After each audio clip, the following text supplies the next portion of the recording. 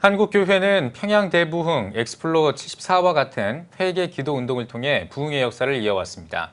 오늘날에도 한국교회의 변화와 회복을 위해 기도 운동이 이어지고 있는데요. 네, 특별히 지난 8년 동안 다음 세대들을 중심으로 한 주 동안 기도 운동을 이끌어온 단체가 있습니다. 홀리위크 미니스트리 대표 최상일 목사님과 이야기 나누겠습니다. 목사님 안녕하십니까? 네, 안녕하십니까? 예, 목사님 반갑습니다. 먼저 목사님께서 이제 섬기고 계신 홀리위크 미니스트리 이게 어떤 단체인지 소개를 좀 해주시죠. 네, 제가 섬기고 있는 단체는 정확하게는 서울기독청년연합회이고요. 예. 네, 저희가 하는 여러 가지 사역들이 있는데 아카데미라든지 캠프라든지 여러 가지가 있지만 그 중에서도 저희가 가장 중요하게 여기는 사역이 매년 가을마다 일주일 동안 여는 홀리위크입니다. 네, 이 홀리위크는 이름 그대로 어떤 행사나 집회의 성격을 뛰어넘어서 한 주간 동안 하나님 앞에 거룩하게 돌아가자, 구별하자라는 의미를 가지고 있는 어떤 영적 절기를 추구하는 그런 운동이고요. 또 하나는 단순히 어떤 지역의 예배나 혹은 교회나 교단의 예배를 뛰어넘어서 지금 실종되어져 있는 대한민국의 예배를 회복해야 되겠다. 성경에 나오는 많은 절기들이 민족적인 절기였던 것처럼 그런 대한민국의 예배를 회복해야 하나님이 이 대한민국에 부흥을 주시고 복을 주시겠다라는 의미로 모든 세대, 모든 교회가 함께 모여 예배하는 그런 거룩한 주간을 위해서 뛰고 있습니다. 네. 단체가 아니군요, 그러니까. 네. 예, 예. 네, 앞서 소개를 해드린 것처럼 지난 8년 동안 한 주 동안의 청년 집회를 이어오신 건데 어떻게 시작하게 되신 건가요? 저는 원래 이제 알래스카 선교사였는데요. 모든 선교 사역을 마치고 한국에 돌아와서 청년 대학부를 맡았습니다. 그런데 우리 청년들이 제가 사는 지역은 신림동 관악구 지역인데요. 거기 가장 번화한 중심지가 신림 사거리 지역인데 매주마다 비가 오나 눈이 오나 영하의 날씨에도 한 번도 거르지 않고 나가서 노방전도 하고 찬양하고 기도하는 그 모습을 제가 보고 감동을 받아서 제가 이제 함께 합류하게 되고 그러다 보니까 제가 그 모임의 이제 멘토가 되었고요. 그렇게 이제 청년들과 함께 한 5년 정도를 쉬지 않고 그 모임을 쭉 지속을 해 나가던 중에 하나님께서 어떤 계기로 인해서 나라와 민족을 위해서 기도하라는 그런 부르심을 주셨어요. 그래서 저희들이 이제 작은 기도 모임을 시작을 하게 되었는데 그때 이제 문득 우리가 왜 그렇게 부흥을 노래하고 부흥을 구한다고 하면서도 하나님이 우리에게 부흥을 주시지 않는가에 대한 어떤 의문을 갖게 됐죠. 근데 제가 생각한 것은 우리가 부흥을 구하지만 이야기하지만 정말 부흥의 시대에 있었던 기도는 하지 않는구나. 그 시대에 있었던 우리 믿음의 선배들의 희생과 헌신은 우리가 하지 않는구나라는 걸 깨닫게 됐습니다. 그래서 하루 이틀의 이벤트식으로 우리가 하지 말자. 일주일 동안 하나님 앞에 전심으로 나아가 보자라는 의미로 이제 홀리위크를 시작하게 되었고요. 많은 분들이 이게 청년 집회로만 생각을 하시는데 저희가 2년 동안은 청년 집회로 열었었지만 그 이후에는 대한민국의 예배라는 취지에 맞게 모든 세대, 모든 교회를 대상으로 저희가 홀리위크를 진행을 하고 있습니다. 네. 예, 알겠습니다. 지난 2010년부터 이제 홀리위크를 이어오셨으니까 이제 8년째 네, 하고 있는 건데요. 8년이면 이제 뭐 거의 10년 가까이 네. 해오고 계시면서 많은 열매들이 있었을 것 같습니다. 네, 저희가 9년째고요. 정확하게 말씀드리면 예. 그런데 2010년부터니까. 네, 예, 네. 예. 사실 이런 연합 집회, 뭐 부흥 집회 같은 경우는 대형 교회가 주도하거나 혹은 대형 교단이나 혹은 큰 선교 단체들이 주도할 수밖에 없습니다. 왜냐하면 이런 일들은 상당한 인력과 또 재정적인 부분들이 필요로 되기 때문에 이게 아무나 할 수 있는 일이 아닌데 사실 저희는 외부에서 여태까지 저희들이 해온 일을 보면은 굉장히 큰 어떤 재정적인 후원이나 이런 것들이 있다라고들 생각하시지만 사실은 아까 말씀드린 대로 아주 작은 청년들의 기도 모임에서부터 시작을 했거든요. 네. 그럼에도 불구하고 하나님께서 이런 모든 어려움들을 오직 청년들의 헌신과 기도, 금식으로 돌파하게 해주셨는데 몇 가지 뭐 실례를 말씀드리면 저희가 2012년도에 체육관을 빌려서 이제 집회를 할 때 도저히 저희는 이제 체육관을 빌릴 재정이 되지를 않는 거예요. 일주일을 빌려야 되니까.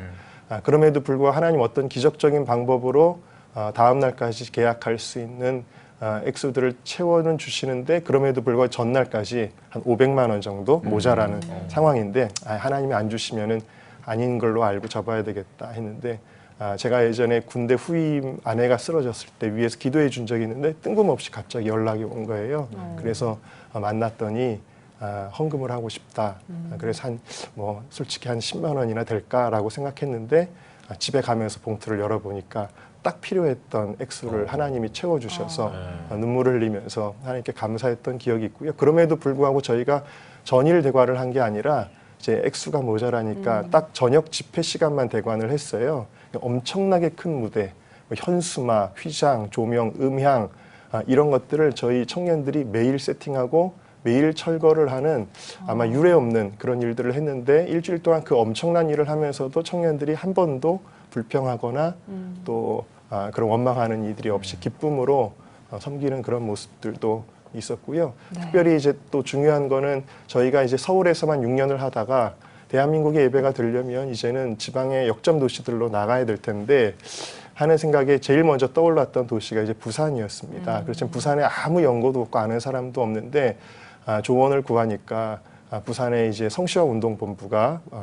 이제 후원을 하고 함께 하면은 그러면 이제 공신력 있는 집회가 될 수 있으니 좀 연결을 해보도록 해봐라 했지만 그 쉬운 일이 아니었거든요. 왜냐하면 어떤 좀 특별한 일들이 있었습니다. 그래서 묘한 그 상황 가운데서 그 성시화 운동 본부장님을 그때 제가 찾아갈 수가 없고 연락을 드려서도 안 되는 아주 묘한 그런 상황이 있었어요. 그래서 이게 쉽지 않은 일이다라고 생각을 했지만 제가 이제 부산에 1박 2일 일정으로 한번 내려가게 됐는데 그때 제가 전주에 어떤 설교를 했냐면 내 인생의 스케줄을 주님께라는 제목으로 설교를 하고 둘째 날은 스케줄을 10분 단위로 다 짰지만 첫째 날에 비워놓고 일부러 내려갔습니다. 하나님 오늘 제가 한번 스케줄을 주님께 맡겨드리겠습니다.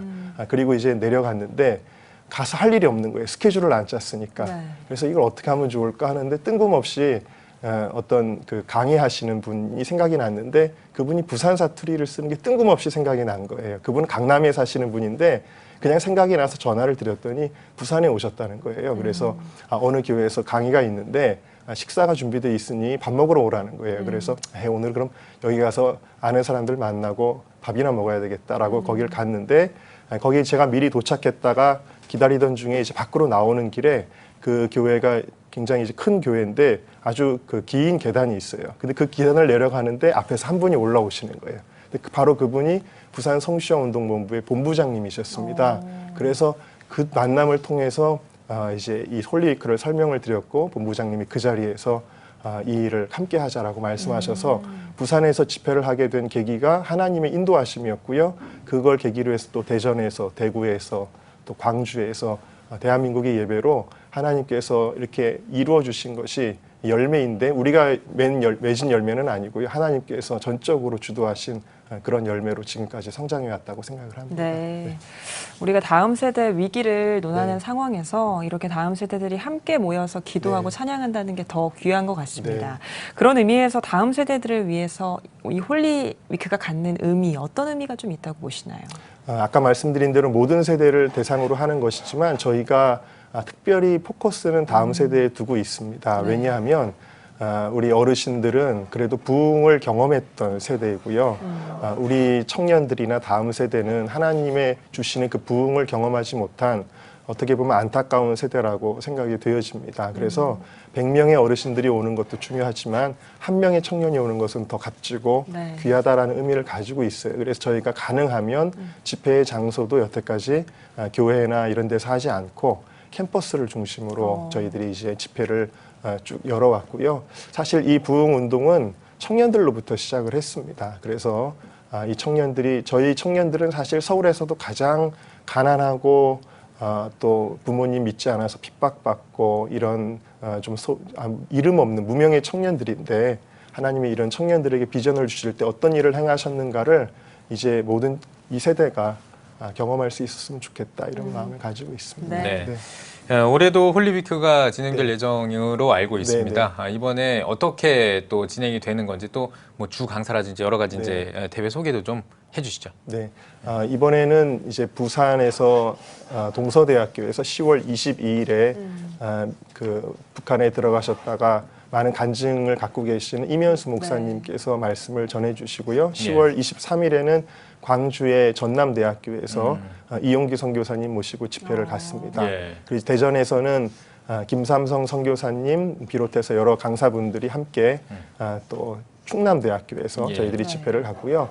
특별히 금년에는 저희가 처음으로 서울 광장에서 10월 28일 주일에 예배를 올리게 되어지는데 이번 예배는 저희가 여태까지는 나라와 민족을 위한 기도의 순서들로 좀 꽉 차 있었다면 이번에는 좀 한국교회의 예배와 축제가 어우러졌으면 좋겠다. 왜냐하면 구약의 절기들의 모델을 봐도 예배와 제사와 축제가 함께 있었는데 그런 모델이 됐으면 좋겠다. 그래서 오후 3시부터 5시 반까지는 한국교회 이제 부스, 버스킹 이런 축제들이 광장에서 이루어지고요. 집회는 6시부터 시작이 되는데 김삼성 선교사님, 또 이규 목사님, 박동찬 목사님 이런 분들이 오시고 또 간증과 공연으로 가수 양동근이라든지 또 CCM 가수 김보규 씨, 또 헤리티지 이런 팀들이 와서 함께 섬기게 되어집니다. 네. 그야말로 전국적으로 진행이 되는 건데 네. 어떻게 참가하는 건지 또 어떤 점들을 기대하시는지 이 부분도 궁금하거든요. 네. 저희 이제 홀리위크에 대한 자세한 내용들은 홈페이지가 있는데요. 포털에서 홀리위크로 검색하시면 쉽게 받아보실 수가 있고요. 그리고 각 지역에 계신 분들이 가까운 곳에서 예배를 드리시면 좋겠고 그 외에도 여러 가지 중보 집회나 이런 것들도 있는데 참조해서 참가하시면 좋겠고 특별히 서울 집회는 초두에 말씀하셨던 대로 엑스플로 74나 혹은 80 민족 복음화 대성회 같은 집회들은 부산에서도 서울까지 올라오셔서 참가했던 집회인데 이번 서울 집회만큼은 대한민국의 예배로 좀 더 세워졌으면 좋겠다라는 마음이 들고요. 사실 저희가 이번에 이제 광장 집회를 하게 된 것도 사실 하나님의 어떤 인도하심이 사실은 있었는데요. 저희들이 서울 광장에서 하겠다라는 엄두를 내지 못했었습니다. 그런데 오히려 하나님께서 이런 일로 이제 인도해 주셨고 제가 고민할 때 저희들이 청년들하고 밤에 회의를 하면서 서울 광장에서 할까라고 이제 회의를 하면서 기도해 보자. 그리고 제가 바로 회의가 밤에 한 새벽 1시쯤 거의 돼서 끝났는데 그 밤중에 서울 광장에 스태프들과 함께 갔습니다. 근데 거기에 어떤 분들이 어떤 여자분이 집사님이 계셨는데 갑자기 손을 뻗더니 주여 이 민족을 구원하소서. 그러면 기도하시는 분을 저희가 이제 보게 되었고 마음에 이제 감동을 받았는데 그 이후에 이 10월 달에 많은 이제 경합들이 있습니다. 그런데 뭐 제비뽑기하면 떨어지겠지라는 생각들을 다들 했었는데 하나님께서 그 팀들이 협의를 해서 저희들한테 시간적으로 양보를 하게 하시고 저희들이 광장에서 하도록 하나님이 이렇게 강권적으로 인도를 해주셨고요. 제가 정말 마음에 바라는 거 한 가지가 있는데 과거의 어떤 영광을 재현하고자 저희들이 이런 운동을 하는 것이 아닙니다. 과거에 많이 모였으니까 다시 그걸 회복해보자라고 하는 것이 아니라 사실 수많은 집회들이 지금도 있고 화려함을 추구하고 멀티미디어라든지 유명인들이 참가하는 많은 예배들이 있다는 걸 제가 너무나 잘 알고 있어요. 그럼에도 불구하고 제 마음속에 드는 건 하나님이 수많은 예배들을 물론 받으시지만 그러나 화려함을 추구하는 것에 대해서 하나님이 좀 극단적인 표현으로는 이제는 하나님이 더 이상 내가 원치 않는다. 하나님이 원하시는 제사는 다윗이 말한 그 원띵, 다시 말하면 하나님을 정말 진심으로 갈망하고 구하는 그 마음이 담긴 예배가 아니겠는가. 그래서 저희가 무슨 자격에 있어서 이런 일을 주신다고 생각하지 않고요. 기회를 주셨다고 생각을 합니다. 그래서 정말 하나님을 향한 마음이 담긴 예배를 회복해야 되겠다. 그냥 예배가 아니라. 그래서 여기 참가하시는 모든 분들이 이런 마음을 가지고 함께 했으면 좋겠다. 이런 마음을 가지고 있습니다. 네. 알겠습니다. 앞으로 또 어떤 계획과 비전이 있으신지 궁금하거든요. 네, 이런 질문을 받을 때가 제가 상당히 좀 어려운데 왜냐하면 한 번도 저희는 이 서울기독청년연합회라는 조직도 저희들이 만들고자 의도한 게 아니고요. 나라와 민족을 위해 기도하고 헌신하는데 이름을 그냥 외부에서 붙여주셨어요. 그리고 홀리위크도 마찬가지고 아까 말씀드린 대로 지방으로 역점 도시들로 이렇게 진출하게 된 모든 것들이 하나님이 다 계획이 없는데 인도하시고 이번에 광장도 사실은 자세하게 이 시간에 다 간증할 수는 없지만 하나님이 그냥 인도해 주셨습니다. 앞으로 어떻게 인도하실지는 모르겠지만 분명한 비전은 무엇이냐면 대한민국을 향한 하나님의 약속은 변치 않는다라는 믿음이 있어서 다시 한번 온 대한민국이 하나님께 예배하는 그 꿈을 가지고 그 꿈 하나로 어렵고 힘든 일들 그래도 잘 버티면서 온 것 같습니다. 예. 네. 네, 마지막으로 2018 홀리위크 앞두고 한국교회 성도님들께 한 말씀 부탁드립니다. 네, 하나님께서 대한민국을 사랑한다고 믿고요. 물론 한국교회가 회개할 부분도 많이 있지만 저는 하나님이 또 한편으로는 한국교회를 격려하시고 또 다음 세대를 격려하신다라고 믿습니다. 그동안 60년대, 70년대, 80년대 한국교회가 열심히 뛰었습니다. 그리고 지금은 지쳐서 쓰러져 있는 상태라고 생각이 되어집니다. 진정한 회개도 사실은 회개해라라고 너무 질책하는 데서 이루어지는 게 아니라 하나님의 위로와 격려 속에서 이루어질 수 있다라고 믿고요. 이번 홀리위크가 우리 모두에게 하나님이 새 힘을 부어주시는 위축된 한국교회가 다시 한번 비전을 보고 일어날 수 있는 이 일의 부흥의 현장에 여러분 모두가 역사의 주인공으로 동참해 주시기를 간곡히 부탁을 드리겠습니다. 네, 알겠습니다. 네, 오늘 뉴스 보기 시간 최상일 목사님과 함께 얘기 나눠봤습니다. 목사님 오늘 겸해서 고맙습니다. 고맙습니다. 감사합니다.